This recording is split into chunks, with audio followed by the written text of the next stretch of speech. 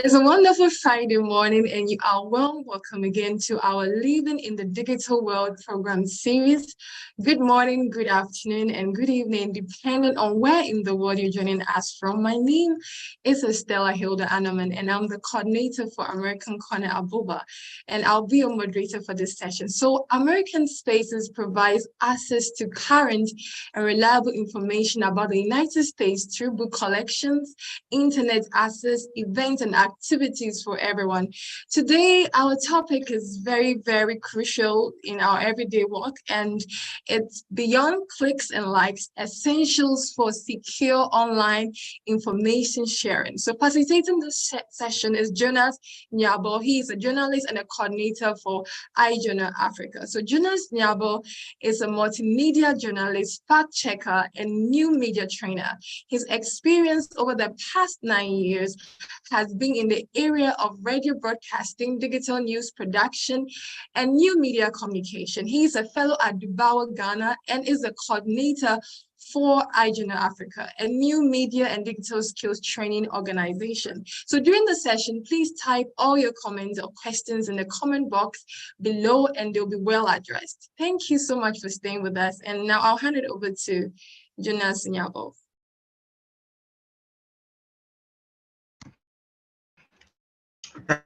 Hi, good morning to everyone. Thank you, Estella, for the introduction. So today we'll be talking about ensuring safe sharing of information in the digital space or online. And so I would, like you said, you can leave your comments so that after the presentation we can address the issues that come up. So our outline for today will be first looking at what social sharing is, or sharing of information online, what it involves. And then we'll look at why social sharing is important.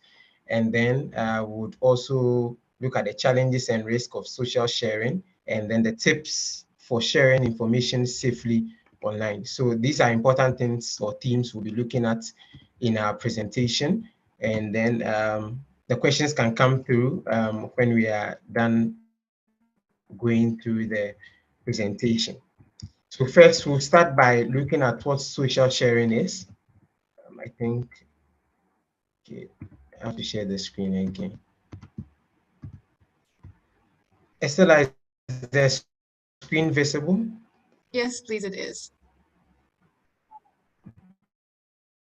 Okay, so social sharing basically would be looking at posting on social media or posting via an app. So it involves distributing or posting or reposting content to your social media platforms or other digital channels, or broadcasting a web content that has been already produced or generated, whether in text or video or audio, or on a social network to your connections or group or specific individuals online. Now, like we talked about, it could be video, text, or audio on your social media platforms. And so pictures, your vacation pictures, family photo, or a picture of yourself at your workplace, on holidays, or you checking in at a location, complaining about your job or office, putting out a rant on social media, whether it's an audio or a text-based rant, or sharing your home address, your favorite movie, favorite music, putting all this information online. Those are examples of some of the content that you put online. You have a new property, you're celebrating your birthday, talking about your favorite restaurant. These are all things that we do share online.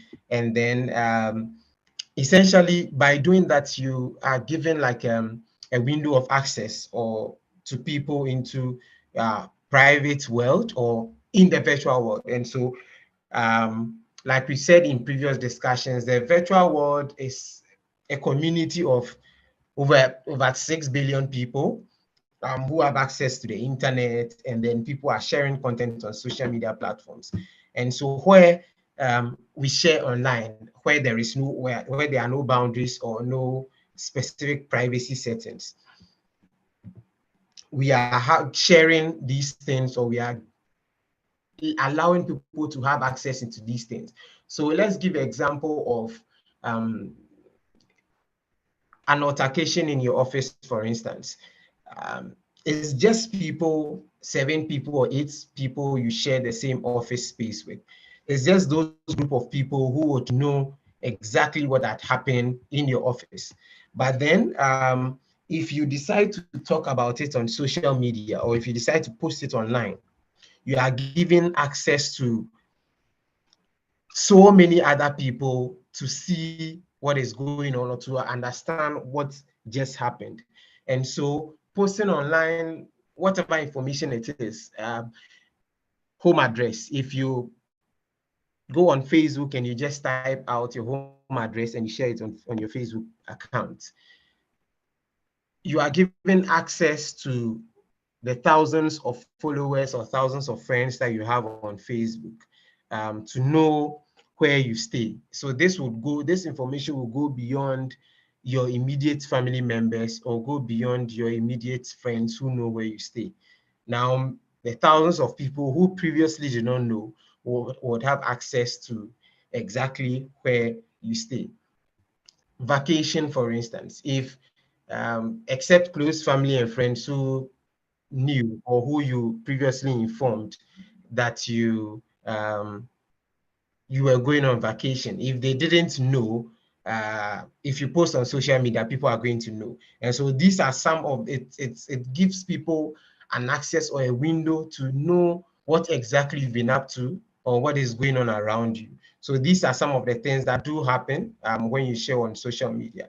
And it means that people get to know things that ordinarily they wouldn't know, by virtue of the fact that you've posted online.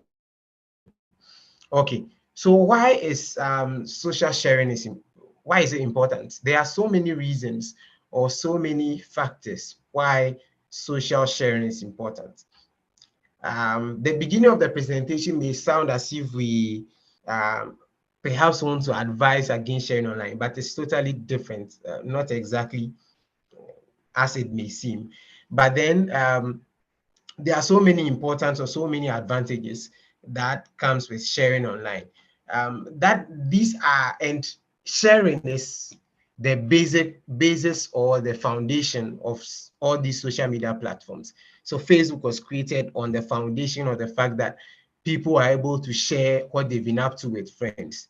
That is why if you open your Facebook account and you look in the bar that allows you to post a message, the question there is, what is on your mind? So it thrives on the foundation of sharing what you've been up to, sharing what you are thinking about, sharing what you want to do, or sharing what you know about something, or about a topic. And so the foundation of these platforms, Facebook, X, LinkedIn, Tumblr, YouTube, they are on the foundation of sharing. And so you cannot be on the platform and be against sharing. Some would say, well, I've created an account and I haven't shared any information on the platform.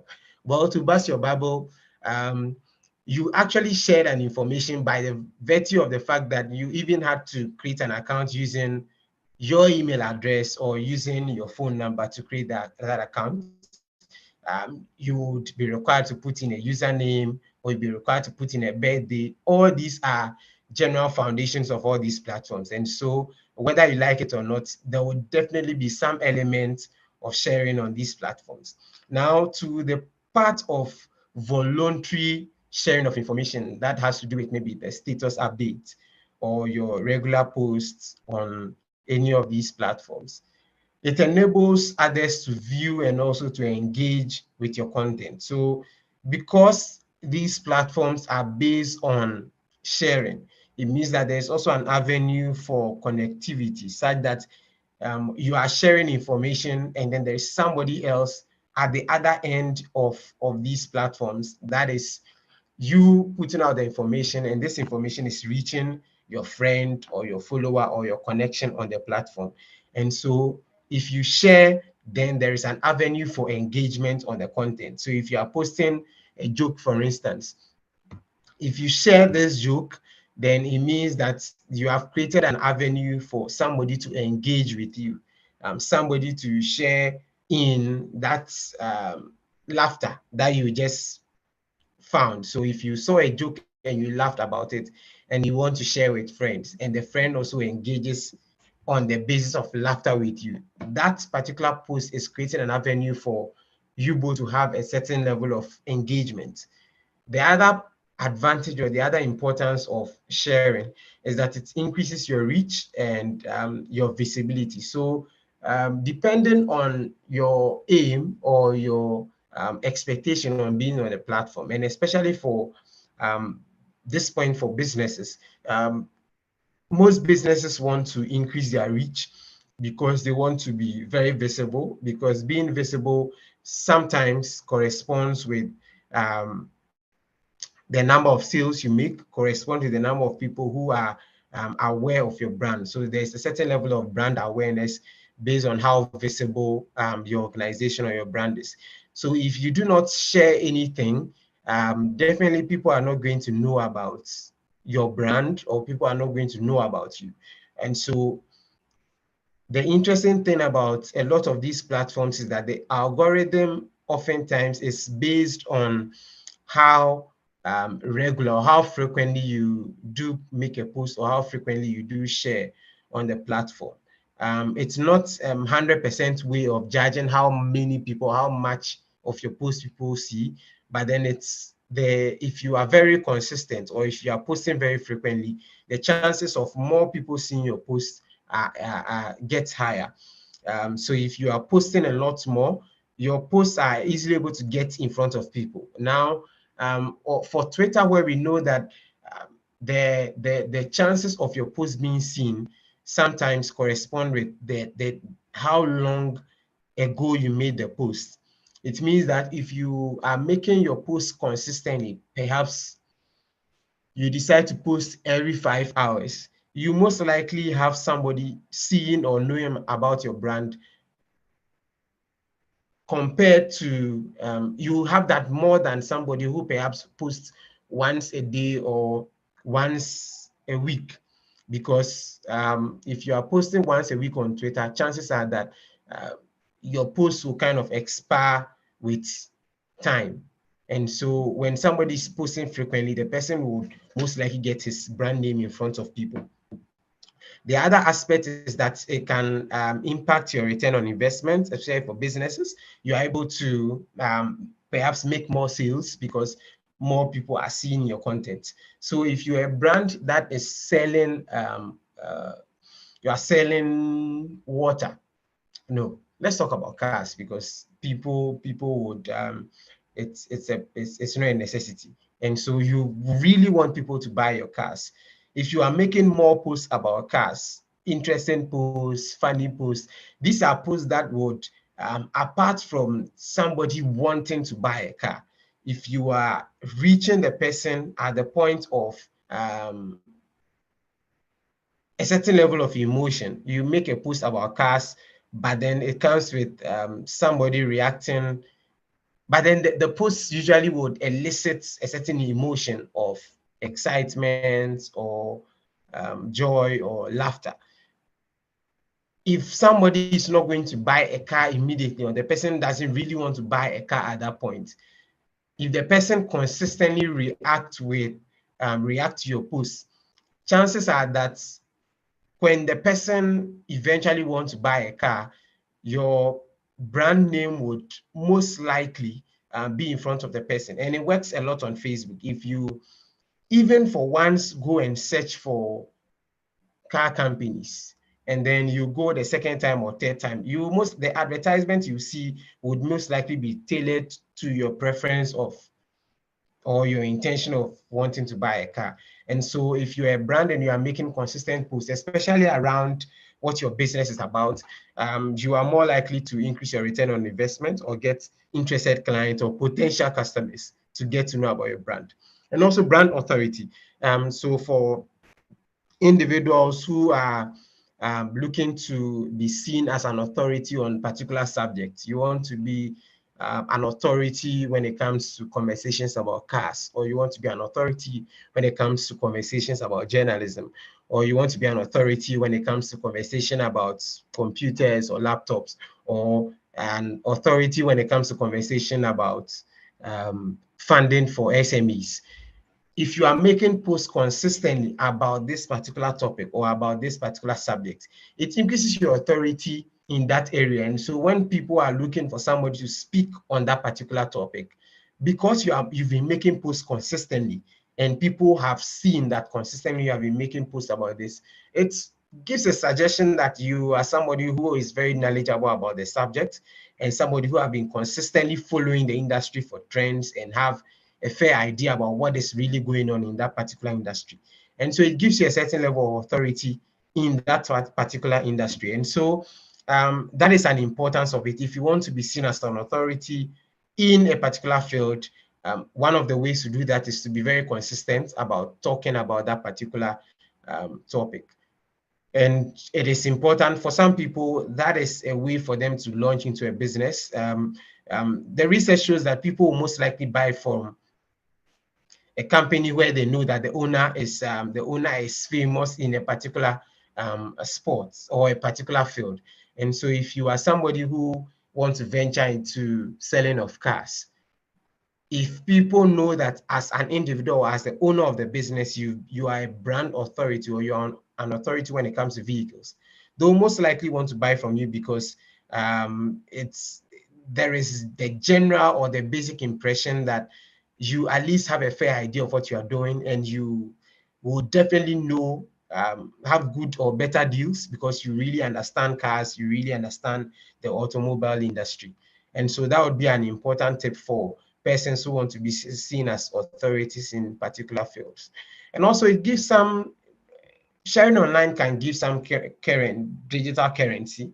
There are people who may get certain services for free because they kind of have that digital currency. They may not necessarily be authorities in particular subjects, but they are people like that. They are like there are people who are more like social commentators. There are people who are digital influencers. They may not really have a particular niche or a particular topic they talk about, but then they are generally people who post consistently about different things that attract a lot of eyeballs or that get a lot of reaction, from talking about trending issues, from talking about controversial issues, from things that are trendy, things that are controversial, because the goal is to get a lot of eyeballs, a lot of attention, and then somehow with that popularity, they are able to get endorsement deals or they're able to get certain services for free. There are people who do that even though they may be hated because of some comments they make. It can get tricky, but there are people who, in spite of the negative consequences, it's a currency. They do get some benefits from wading into controversies or controversial subjects and trendy subjects. And then sharing online is an avenue for networking or connectivity. There are people who have found lost family members by virtue of posts they've made and then giving out certain information. There are people who have gotten to realize that their friend attended the same basic school as them, or based on posts they make, they are able to find people that they have very interesting, or they share a particular interest or passion. And there are people who have found their husbands or wife based on a common connection they found around a particular topic, because one person made a post and the other person commented because they are also interested or passionate about the same thing. And so your posts can help you connect with somebody that ordinarily you may not have direct access to, except for your virtual connection or except for your virtual engagement.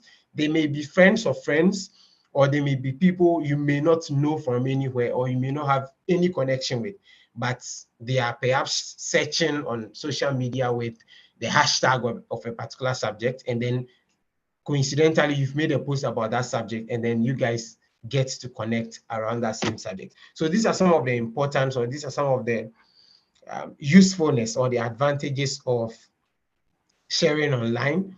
And so based on these, you should know that definitely means that it isn't a bad thing to share online.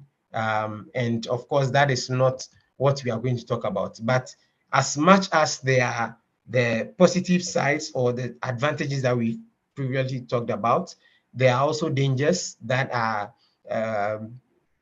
the risk that are associated with sharing. So because of the particular information that you are sharing online, there are some dangers. And so you posting online can open you up to some of these dangers. So one, like we've already established, social media is a virtual world. There are unlimited risk as much as opportunities. So commensurate or proportional to the advantages or the importance that we've talked about.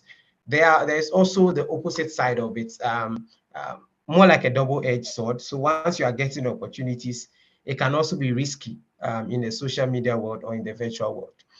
So the same content that would drive engagement could be the one that will be opening you up for risk. And there are so many posts like that. So there are people, for a business, there is a joke that a business may tell that would get so many people interested, so many people laugh about it, and then they are interested in the brand. Because of the joke the brand shared on their Facebook, people get interested. But that same content may sound derogatory to another group of people. And so if they are existing customers of that brand or that company, they may decide not to do business with that company. So again, it's a case of a double-edged sword when it comes to the content that you share online. You may share content online that so many people may find it funny, others may find it derogatory. If there is content related to politics, for instance, some may be happy about it, some may not like it. And so you may make some business or you may get some customers from that post, but in the same way, you may lose some customers from that same post. Again, somebody may give so much detail about their family, talk perhaps about the vacation they went to last week, what they noticed, where they previously stayed 10 years ago, how much money their parents used to have, what their parents bought 10 years ago. These are information that perhaps if somebody is looking for a lost relative, he may decide to put that information out. That, oh, I'm looking for this cousin of mine. I remember 20 years ago, we went on this vacation at this location and our father bought us $3 million gifts. And all those details may be very useful for you to reconnect with somebody that you want to connect back with. But at the same time, the information may land in the wrong hands. Other people may get that information and may end up profiling you and will have access to you, especially about where you stay, where you previously went for vacation, perhaps be able to even derive the kind of taste you have, the kind of things that interest you. There are people who maybe in attempts to win public sympathy, or they want to raise funds for a particular project or do a fundraising for a surgery a relative wants to have to undergo. They give so much detail about the family, but that information can again land in the wrong hands and can maybe used by the wrong people. So it's a case of double-edged sword. The difference between that, or the difference in whether your posts would bring you more advantages than disadvantages, or bring you more opportunities than risk, may lie in how much detail you share, whether you are oversharing or whether you are giving too much information online. There are people who give too much information online and it opens them up for a lot of risk.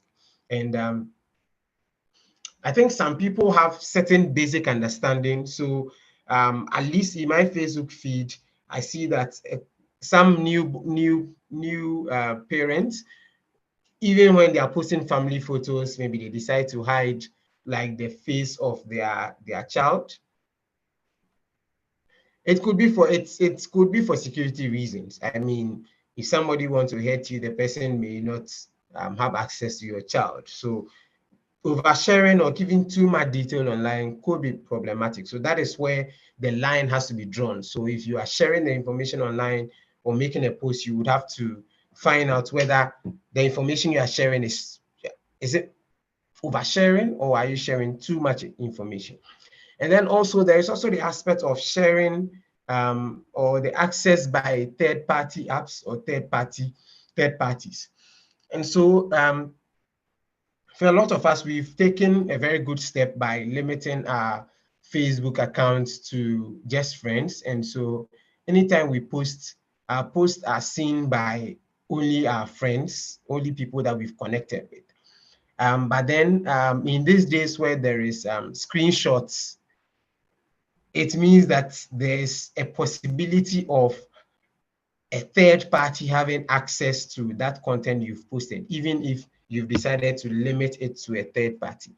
And so what could save you in that instance is if you do not give too much detail, so that the information in the event, or even if it gets to a third party, or even if it gets to somebody else you didn't intend that message for, it doesn't become something that can be used to hurt you, or it doesn't become a useful information that may land in the wrong hands.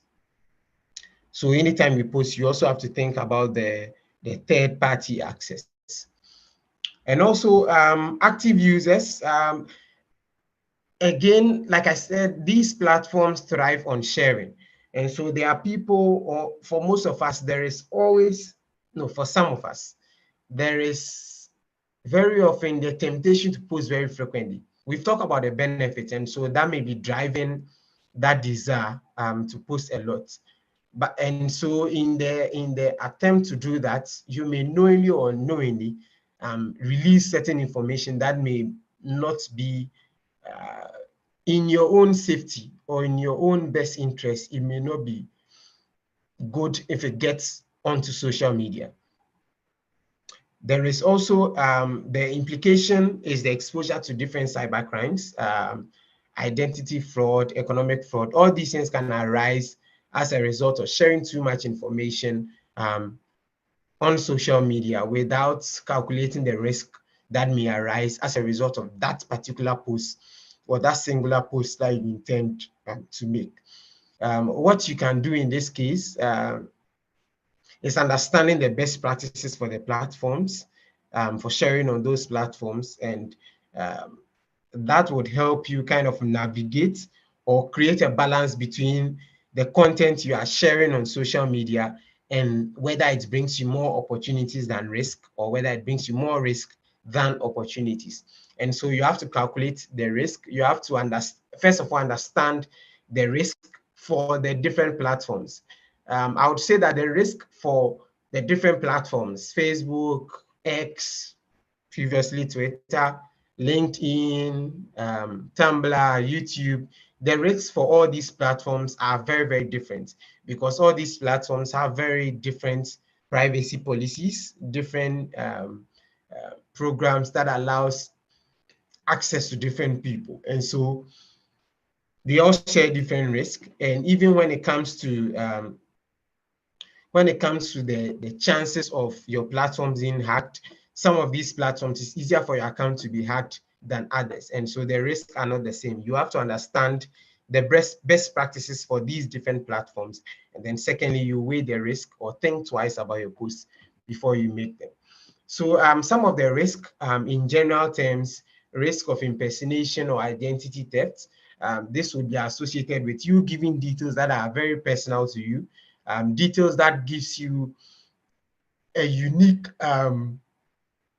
characteristic or a unique persona. And so when somebody poses with these characteristics, it's very easy for your friends to believe that it's you. If somebody knows your birthday, the person knows what your favorite food is, if the person knows where you went to school, the person knows certain unique terms or how you speak or the kind of things you do, the person can easily impersonate you on social media. It's a virtual world, and so your identity again can be stolen and be used for certain illegal activities, or these can be sold on the dark web. To date, on the dark web, people are selling hack accounts for sometimes $50 above, depending on what the account is worth. But people trade on the dark web on based on when they hack accounts, when they have access to the compromised accounts, all these things, people's digital information, as information that is related to your credit card or your debit cards, all these details are sold. Your national identity cards, your identification numbers, all this information are sold, can be sold on the dark web, and so you have to be wary. These are some of the risks when you put out some of those details online. There are also risks of robbery, burglary. So this will be related to you giving live details about your activities. And so if there is supposed to be a targeted robbery or burglary in your house, perhaps the burglars or the robbers would know that you are not in the house. And if you live alone, that's a jackpot for them. That's enough information that they would have. Targeted physical attacks, if you perhaps have scores to settle with someone, if the person has access to perhaps your regular route to your house, or your routine before you get home, your routine on Saturdays, your routine on Monday, where you go to, where you pass by, your daily routine, essentially, people can target you for physical attacks. Again, it's the same for kidnapping, and this will be important for parents. Giving details about the school your child attends, giving details about the interests your child may have. All these things can give kidnappers information to plan a kidnap or to execute a kidnap. So you have to you have to think about the kind of information that you put out that may open you up for the risk of kidnapping. There's also incidents of blackmail or extortion. You may post something that is supposed to be for a private or a select group of people, but it may end up in the wrong hands.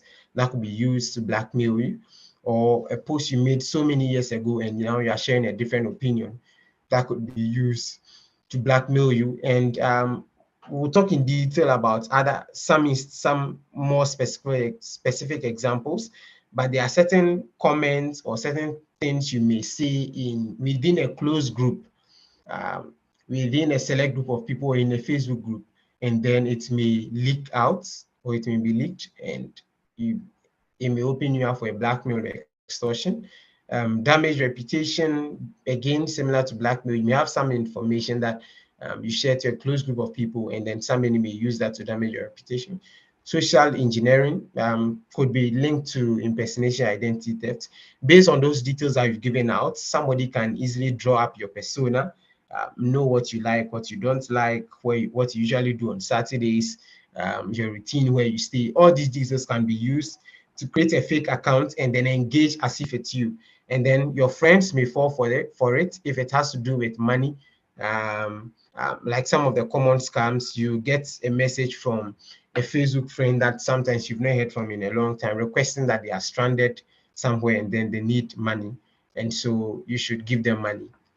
That is an example. And then they may give you some information that would, that this information, I mean, it will definitely be that friend of yours, because those information are private. But for all you know, that may be a work of social engineering, because the person has gotten all those information from your friend because of the post your friend makes. So after talking about the risk, talking about the importance, one of the things or the argument that we'll be looking at is that should we focus more on connection, or we should be looking rather at our protection or our privacy on these platforms? Again, it will go back to a balance, because the social media platforms will thrive on sharing. It thrives on connection because you are connecting with friends, some people who you may not have ever met before. But I know there are people who have a strict policy of not accepting Facebook friend requests or not connecting with people that they've not met physically. And so that is also one of the things that some people use to protect themselves online. But again, none of these things are foolproof.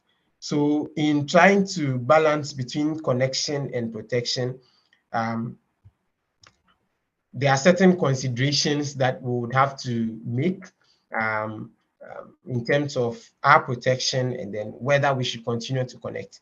Like I said, there are people who believe that, well, I am not, I have a Facebook account, or I have a Twitter account, or I have a LinkedIn account, but I do not post. I only go to read what others have posted. And so because I don't post, it means that I am safe. Again, I can assure you that you are not 100% safe, because in creating your account, again, you need your email address, you need your name, you need to make some early connections, you need to give out your date of birth, you need to, in some of the cases, you may need to show government ID, especially if you want to you have a verified account. All these things are things that come up, and so you can never say that you don't have any information about you that you are sharing online.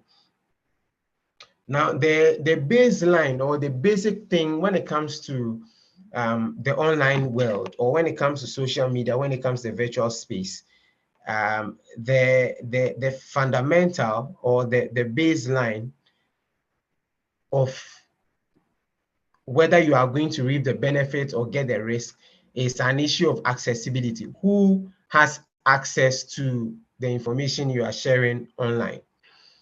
And the person who has access, is that person or are that group of people, are they people that you originally intended to have access to it?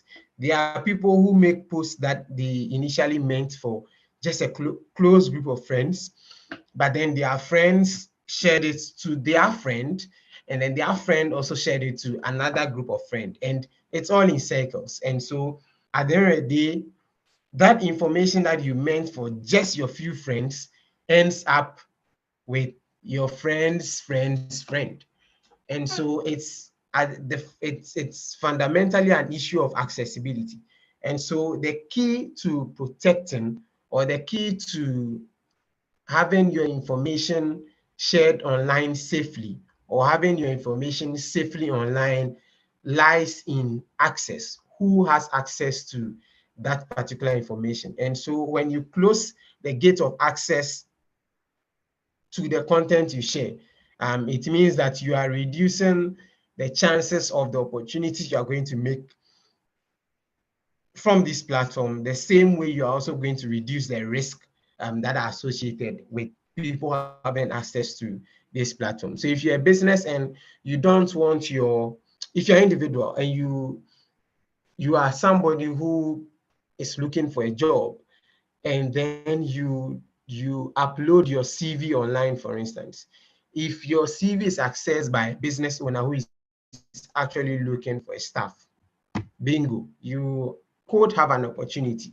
But if your CV lands in the hands of somebody who wants to know so much about you, know your skills, and perhaps know where you previously worked, and access some information that they want to use against you, if that information lands in the hand of such a person, it means that the person may be using it for the wrong reason. And so fundamentally, it's a conversation or a contention between connection and protection will lie in accessibility, or who has access to whatever you are sharing online. Not much information is required to put you at risk of scammers or bad people online. The starting point for identity theft and other forms of attacks online or our information that are publicly available on social media. Some of the platforms, in fact, all of the platforms, like I said earlier, will need some basic information about you. Name, date of birth, your other friends, your favorite movies, previous place of work, where you live, even if it's general, like say Accra or Kumasi, place of work, school history. Different social media platforms ask for all these details. And the minutest of these details can be used if it lands in the hand of the wrong person. So based on this idea, it means that there is nothing like total privacy. Of course, something has to give. If you want to enjoy the experience of any social media platform, you give out certain information and then you get to react with other people's information. I think significantly, what I know is that significantly people who tend to share more personal information or more private information um, get to attract a lot more reaction or a lot more attraction from others online, because people always want to connect with real life stories, real life experiences. And so if you are willing to share more personal or more private details about yourself, somehow, or I think just human nature, people are just interested to know much about those personal information. And so you tend to get more reactions or get more connections from those personal or private information. And talking about how the minutest of detail can actually give you up or open you up to scammers. I know that especially in Ghana, for a number of banks, when you call them and you want to make a complaint, about your account, typically some of the security questions they may ask you your full name, they ask you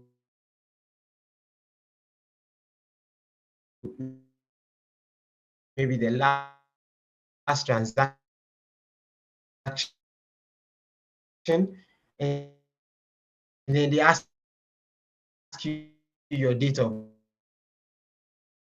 birth. So that should tell you how important the minutest of detail, or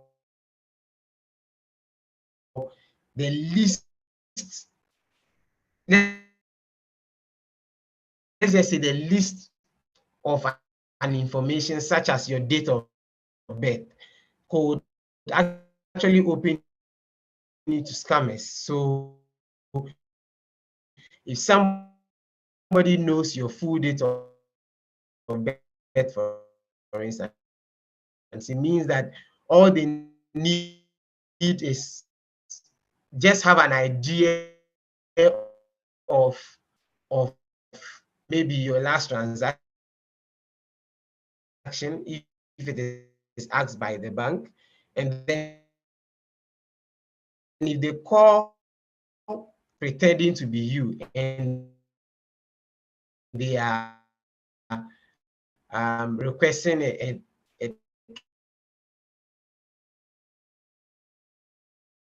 transfer or making a request from the bank, and the bank asks these details like full name, the person has, you have your full name on Facebook. The bank asks for your date of birth. The person has no problem because he has found your full date of birth on Facebook. And then they want to know of your last transaction. The person somehow get access to your last transaction, or even if the bank does not ask for that particular information, it means that the person can easily manipulate your accounts by contacting your bank agents, and then they manipulate your account. So these are things that you have to look at. That shows that no information online can be considered as useless. It can always be used for something, no matter how small or how minute they are. So for the common platforms, Facebook, X, previously Twitter and LinkedIn, there's Facebook, you would have the person's name, location, birthday, their educational background, their work, their friends or who is in their network, and then their favorite music or favorite movies. When somebody is signing up for Facebook, they have the option or they are presented with a lot of this information. Still out or not, but I think by default, you usually have them reviewed or they'll be available to your friends. If you are creating a new account, I think Twitter, you typically have your user website and then your followers. But these information that I've stated here are how many followers you have, who you are following, or I just need to know your Twitter user. I want to do as a it means I have access to them freely. LinkedIn, your name, a great responsibility. Sharing online could be or have on that. So we'll talk about some safety tips for sharing information online. So your biggest safety threats or safety risk could be yourself, because from what we've talked about, at least we've learned that we can either get the opportunities or the risk open to the threats, sometimes mostly based on the information we put out there. And so we may end up being our own enemies, or we end up exposing ourselves to the bad people on social media. So what are some of the things we can do to keep our identity or to protect us online? First, because a lot depends on you, first, we'll talk about checking your privacy setting. This would be determining your privacy settings covers a lot of your engagement or how your engagement on the platform is. But a large part of it determines your audience, to determine the audience of your post, to show who should see what, or who should know what about you, who should know what information about you. So you determine who can see your full date of birth. If you want to show that, you determine who can see who your friends are. You determine who should see what your favorite music or favorite movies are as you shared on the platform. The next thing, your Facebook tag setting. You have to manage who and how others tag you in post. Why this is important is because sometimes there are certain details you may not want to share with others. So let's take the instance where you go on a vacation. You don't want your Facebook friends to know. But then because you went with a family friend, the family friend decides to take a group picture, then your family friend posts that online on their personal profile, and then they tag you. Very often how the algorithm works is that when you are tagged in a post, your friends may be able to see that you've been tagged in that post, even though you've not shared it or you've not liked it. And so it's important to check your tag settings, see who can mention you, who can tag you in certain posts. And so when you don't want your friends to see it and you are tagged by a friend, you can decide to kind of go back or recuse yourself from that post, untag yourself from that post. And then also it's good to create close friend circle, because it's important. It's not every private information you want to share. So I think we would have it to be good to segment your audiences for your on your different platforms where it is possible. You segment your audiences. Sometimes you segment them based on those in your professional network, based on those who are family friends, based on those who are people you are very, very close with, so that when you are making certain posts and you think this post will be relevant for those in your professional networks, you can limit your post to just those people. If you think that this is a post that you want to share only with family members, you can do that, so that your information does not get in the wrong hands. Again, like the example I gave about the tagging, sometimes you may not have control of some of these things, because when you share a post, your friend or the person in your professional network can screenshot this and then share that screenshot with people that you do not originally intend the message for. And then we have posting location. So the consciousness of making public your live location. So I know people who have a policy of not sharing where they are. If they're on vacation, they don't talk about their vacation in Spain, in Barcelona, until they leave the location or until they leave the destination before they put it out there that they went there. Some people do that for privacy or protection reasons. So this is something that you may want to consider. All will depend on your persona. There are people, some of these things may not apply to people who are perhaps influencers or people who are in public life, who essentially it's their business for people to know where they are, what they've been up to. There are people who have been done well to commercialize some of themselves. So some of these private information are actually currency, so they actually make money from sharing some of these things. And so these things may not really apply to such people. But for people who are interested in protecting themselves, individuals, it may apply. And it's very good to audit your profile information, manage your privacy information such as your full birthday, your family, who you are married to, who you are in a relationship with, your full home address, where you work. You may want to audit your accounts periodically. These social media platforms change their privacy policies very often. So you also do well to change your audit your account information very frequently to make sure that they are actually what you want. Do you want to share your full birthday? Do you want to share your family, who you are close family with? And also clean up your friend list. So regularly clean up your friend connection, clean up your connection list. There are people you know who are dead. There are people you know who their account was hacked, and so they left it and created a new account. You want to unfriend or severe ties with some of those accounts, because once it's previously access to this account has been had by a hacker, you want to be careful not to be careful not to give too much information, be sharing information to an account where you know that it may still be in the hands of a hacker. Like I said, some of these accounts are sold in the dark web. And so if you clean up your list to make sure that people who are seeing your posts are actually real humans, real connections that you know personally. And also verify websites. Be wary of where you share your private information. Even on suppose anonymous websites, people want to make comments anonymously. There are certain websites that claim to guarantee that. You should know that some are not genuine, and so your information may be leaked because you may want to post anonymously, but they still request your email, request your name before you're able to do that.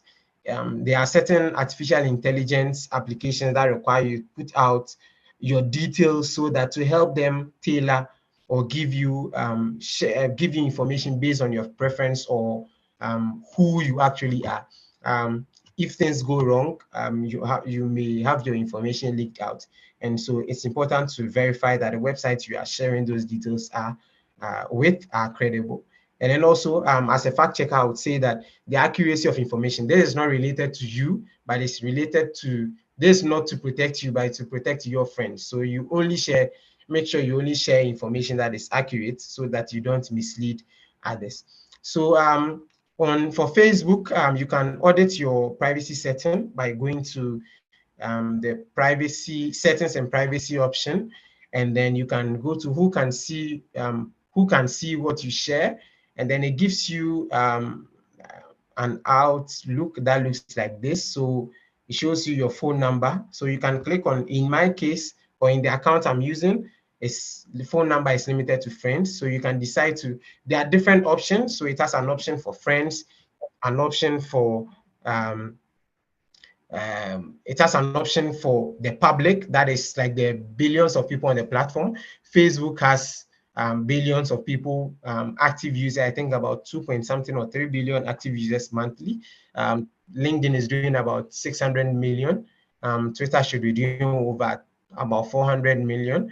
So if you choose public, that's the number of people who have access to your information, phone number, email, birthday, your relationship, your relationship status, current city, where you work.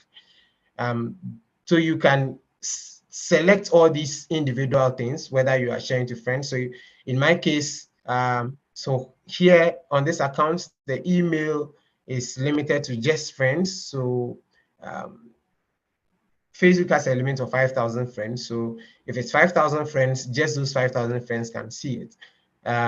For those that are public, currently city, in this case, is public. So it means that the billions of people, active monthly users, anybody, if they have access, if they come to your profile, they are at least going to see where you stay, and they get to see where you work because that's public. And then you can also decide who can see your post. When you make a post, you can select your audience. So this audience, it can be limited to, like I said, the previous things, it can be limited on Facebook. You can limit it to friends. You can limit it to the public, open it up to the public. You can limit it to, there's an option for friends, except a particular group of people. You can limit it to specific friends. That means that you are going to choose particular friends who are going to see it. You can limit it to only you. You can limit it to a custom list of people. Like I said, you can decide to create a professional network that you share with them. And you can also create a professional circle of friends where you share with. So you may have friends, but you create a custom group of close friends that you share with. And then Twitter, you have an interface like this, where you go to your settings, and then Twitter, you go to the more. This is the desktop interface. So you go to the area where more is stated, and then go to the area where more is stated here. And then you have an option that has to do with privacy and security. And then from there, you can have the options. So the first one, you get to manage what information you allow others to see, other people on X to see. And then you can also decide to manage the information associated with your post. And then you get to select your preferences based on the topics and interests that you choose. Then you can mute certain words or block certain words accounts from seeing your post or engaging with your post. Select how your direct messages should look like, whether anybody else can send you direct messages, or whether people can, when they send you messages, whether it should be filtered. You get to review it before it's accepted into your inbox or direct message box. And then you get to manage your preferences for who get to see whether you are listening to a particular spaces. So there are certain people, when you go on Twitter, you are easily able to see that, oh, they are currently listening to a spaces on discussing Ghanaian politics. Some have deactivated that. So by their preference here, they limit that, and so they may be in the spaces, but you will not see it if you are connected with them. So this is just basically what you can do for Facebook and X to kind of limit or regulate or have a bit of control about who get to see your posts, and who has access to whatever post you are making online. So the two things I'll talk about, I would mention, is that you have to be very wary of the content you are posting, whether it is something that could be problematic, or whether something that could be too sensitive, whether it's derogatory remark, derogatory comment, a joke that may be too expensive, or things about yourself, too much information you are giving out. So you have to really access the information you are putting out, first of all. Secondly, you have to think of those who have access to whatever information you are sharing. So the information you are sharing, on what platform you are sharing it, then who you are connected with on those platforms. Are they limited to just your friends, or they are open to the public? And then you want to decide to manage the accessibility part of it, manage who has access to that post or your engagement on the platform, who should see the post you make, who should know about where you are, who should tag you in posts. All those are preferences that you can decide to do or manage your engagement on All the right, thank platform. you so So much, first, Jonas. Thank you so much, Jonas. Our about time the is almost up. think about the accessibility, who should have access to it, and what with the Thank you very much. End of the presentation. Thank you very much. So, guys. Thank you so much. Thank you so much for sharing this with us. For our viewers, thank you for joining us today. Thank you so much, Jonas, for all the tips you've given us. For those who missed out on any of the tips, you can go back and watch the session. It's still here, so you can find it on the US Embassy Ghana YouTube channel. So before ending today's program, I want to introduce you to an amazing online resource that you may find helpful. This is the eLibrary USA. The eLibrary USA is the state-of-the-art digital library with 9 premium electronic databases that include digital newspapers, magazines, journals, videos, and digitations. So usually this resource is only available to use in person at our American spaces, but with the global pandemic, we are opening up access to this amazing resource. If you are interested, sign up using the link that can be found in the comment section below. So this program was proudly brought to you by the US Embassy Ghana, American Corner Aboba in partnership with Mobile Web Ghana. And that concludes our program. Please subscribe to our YouTube channel. Till we meet you again, have a great day. Bye.